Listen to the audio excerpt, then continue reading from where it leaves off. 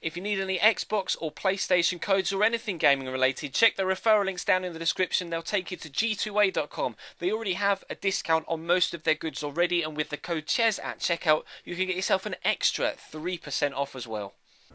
Hey guys, how's it going? Ches back again and welcome to episode number 182 of the Career Mode Road to Glory here on FIFA 15. We start with the second leg of the semi-finals of the Europa League away from home at the Estadio Mestalla to take on Valencia. Obviously we were able to get a convincing 3-0 victory in the first leg. However, they were a very good side, tough to play against, and we did mention if we can score 3 goals in a leg, to be completely honest, so can Valencia, if not more. They've got Paco Alcacer up top, Faguli on the right hand side, Pablo Piatti on the left, really strong defenders at the back as well in Mustafi and Nicolas Otamendi, with of course one of the better keepers in La Liga as a whole in Diego Alves in between the sticks as well. So it's going to be a very, very tough game here away from home. Obviously they didn't have any away goals from the first leg to build on, so we do have the advantage in that regard, and obviously if we're able to get one away goal, it will leave them needing 5 to go through in 90 minutes, because obviously they can't score 4 and go through on aggregate on 4-4, because we will go through on away goals. So if we score, they need 5 goals, and we're coming down the left hand side here. Timo Werner cuts inside after 11 minutes, drops to Georgiev, good shot that's well saved. The defender though can't deal with it, almost backs away from it, and Johannes Guy sees the opportunity, steals in and fires the ball into the bottom corner to give us that precious 1 away goal that we needed to hopefully see us through to the final of the Europa League. But they're coming straight back at us after kickoff. Pablo Piatti using his pace and brilliant dribbling feet to work inside. Jose Gaia finds Dani Parejo, and that is 1-1. Valencia immediately straight back in the game. Well, we mentioned that we scored 3 in the first leg. They definitely have the capability to score 3 or more in this second leg, and they're on the attack at the start of the second half here. Araujo picks up the ball from Carlos Gil, and it's Pablo Piatti's going to fire it back to Araujo. Really nicely done. Didn't expect that pass to come that quickly and so accurately to the feet of the striker, and he buries it as well. Valencia 2, Cambridge United 1, although we are still 4-2 up on aggregate. Although, of course, that away goal could be crucial, especially with the way that Valencia are scoring goals here so far in this game. But we're going to catch them on the counter-attack here. Strahil Georgiev on his way through. If he can make it 2-2 and 4-3 on aggregate, 5-2, sorry, on aggregate, then that would have guaranteed us progression through to the final. But he wasn't able to do it, and Valencia took confidence from that and are coming back down the other end. Dani Parejo into a Capo on the right hand side. They're going to squeeze it back through to Parejo. Had a very good season in real life as well. Piatti stands it up to the back post. There's Paco Alcacer. That's 3-1 on the night, 4-3 on aggregate. They still need 2 though, of course, to go through on in 90 minutes on aggregate, because obviously if they score 1 more, make it 4-1 on the night and 4-4 on aggregate, we will go through thanks to our away goal. But Georgiev is threaded through again here, missed the first effort, dances past the defender, this time a clinical finish. What we needed the first time round. Would have been nice if he could have scored that goal a little bit earlier than the 90th minute to really consolidate our position in the tie. My nerves were on edge up until the point that goal went in, but 3-2 on the night makes it 5-3 on aggregate, and we are guaranteed progression through to the final of the Europa League. However, they were going to score themselves 1 more goal, so if we hadn't scored that goal, we would still have gone through thanks to the first away goal, but the second one really put it beyond doubt, and we win outright on aggregate 5-4 rather than having to rely on that away goal rule. So we have a European final on the horizon coming our way over the next episode or 2. However, to be completely honest, despite being in a European final, the main aim right now is Barclays Premier League football, because we want to guarantee Champions League football for next year. We have 2 games in hand on Arsenal above us, 1 game in hand on Newcastle, and 2 games in hand on Chelsea. So victory here against Stoke could be vital if we can get it into going towards a top 4 finish, a solid top 4 finish as well. Because if we can, I'd love to finish 3rd and avoid having to go through the qualifiers at the beginning of the next year as well. But right now we're in 5th. Right now we're headed for Europa League football. We do have the games in hand though. We just have to make sure that we make the best of those games in hand and pick up as many points as we possibly can. They're starting Cueca up top, who's a very strong, powerful striker. Has caused us problems before in career mode here with Cambridge United, but we're hoping that we can have a good game game. He's involved here, as you can see. Nice little back heel into Hesketh, who's going to try and find a bit of space on the edge of the box. Gets it to Mpeta, into Quirker. Shot is very, very good from him. Unfortunately, though, rising a little bit too far. If they had rifled a cross goal into the top corner, it would have been one of the goals of the season. Adarabioyo, though, has been very, very good for us recently. A really, really powerful run. Unfortunately, though, the header from Ivas, the midfielder, isn't good enough to beat the goalkeeper. We can't find ourselves taking the 1-0 lead. But again, Adarabioyo involved. He's really come to the fore this season. He's grown by 3 or 4 different ratings, and he's really grown across the board, technically and physically. And he's actually improving all the while. He's 78 or 79 rated now, proving to be one of the stronger players in the squad. As an all-round player, can play in the centre of midfield or out wide as a winger on the right-hand side.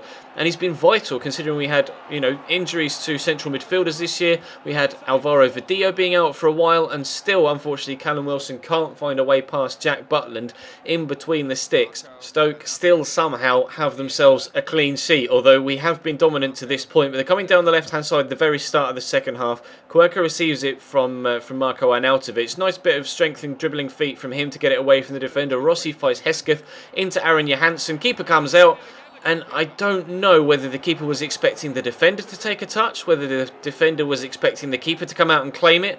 Neither of them made a move to get to the ball. They kind of let the striker run through and take the touch. If Wendell had cleared it, it would have been fine. If the keeper had come out and just claimed it, it would have been fine. I don't think there was a foul in there, though, that being said, because it looked as if Quirker's the man that scores the penalty. It looked as if the man that was running through actually ended up kicking Wendell rather than Wendell actually making a foul. We had a similar penalty given against us against Manchester United earlier on in the season, and that ended up, not that particular chance, just the overall performance ended up costing us a massive opportunity to get some good points against the team that's above us. On that particular day, we end up losing 4-0 at home to Manchester United, and we're 1-0 down at home here against Stoke. Wilson with a back heel into Stefano Gabbiadini. Kwesi Appiah around the outside scored a couple of vital goals for us a couple of episodes ago.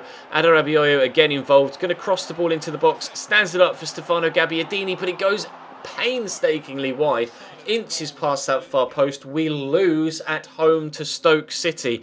A massive defeat for us, and that could have wide-ranging long-term effects on the outcome of our season. We do, though, still have a game in hand on Arsenal and Chelsea, and a victory here again at home against West Ham United would just be absolutely crucial. The biggest game of the season so far. Our goal difference is better than Arsenal, so if we win, we will go into 4th and be in a Champions League spot with 3 games to go. But we said that against Stoke. Now we really need to follow up on that in this one. Starting a much stronger side this time around. Obviously, it was a weaker side for the Stoke game thanks to the semi-final against Valencia just 2 or 3 days prior, where everybody was still pretty tired. I'm hoping not only just for the Champions League, but for midweek European games to be on a Wednesday, not a Tuesday or a Thursday. So obviously we can end up having my players be a little bit more fresh and be able to rotate the squad a little bit more comfortably when it comes to coping with the demands of a rich fixture list. But Strail Georgiev has the first header here. Spiegel, though, in between the sticks with a very good save initially.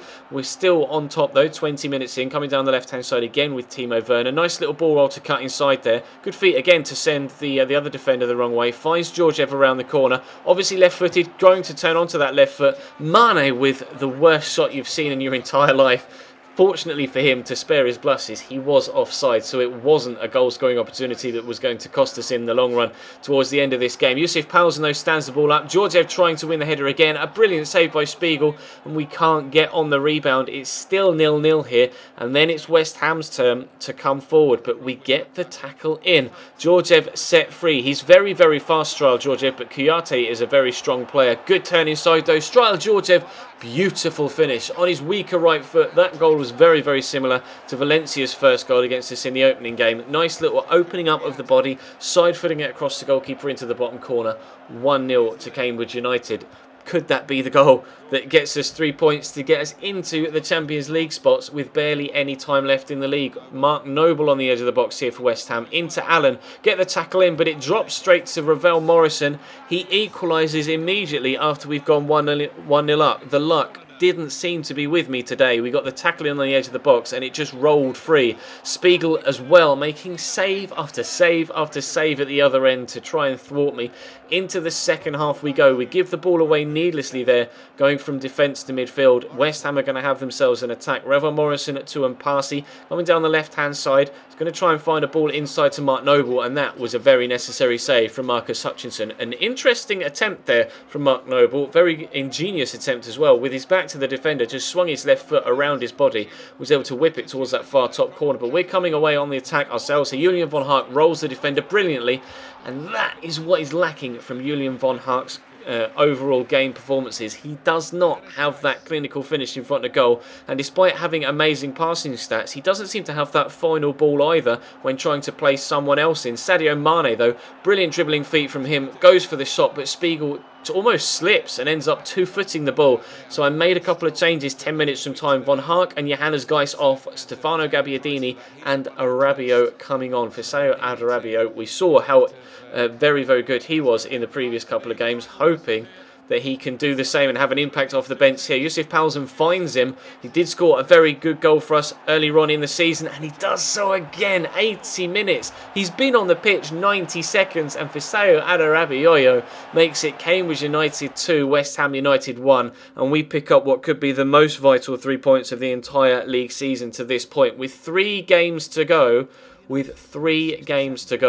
4th in the Barclays Premier League table, level on points with Arsenal, ahead on goal difference by a considerable margin, I might add, of plus 12 goals. So all we have to do is match Arsenal's results between now and the end of the season. That's all we have to do. Newcastle are only 3 points ahead of us as well, so if they slip up we can catch them, and Chelsea only 5 points ahead of us, so they're probably going to have their eyes set on Manchester United above them. With 9 points available, they're 7 points behind. It does look like Manchester United are going to win the BPL title here in this particular season, but it's so close for the other Champions League spots. Manchester City are a long way behind Arsenal, so it looks as if they won't be able to qualify for Europe next year, but either Newcastle, Cambridge United or Arsenal will finish 3rd and 4th, but we don't know in what order, and there's still 3 games to go.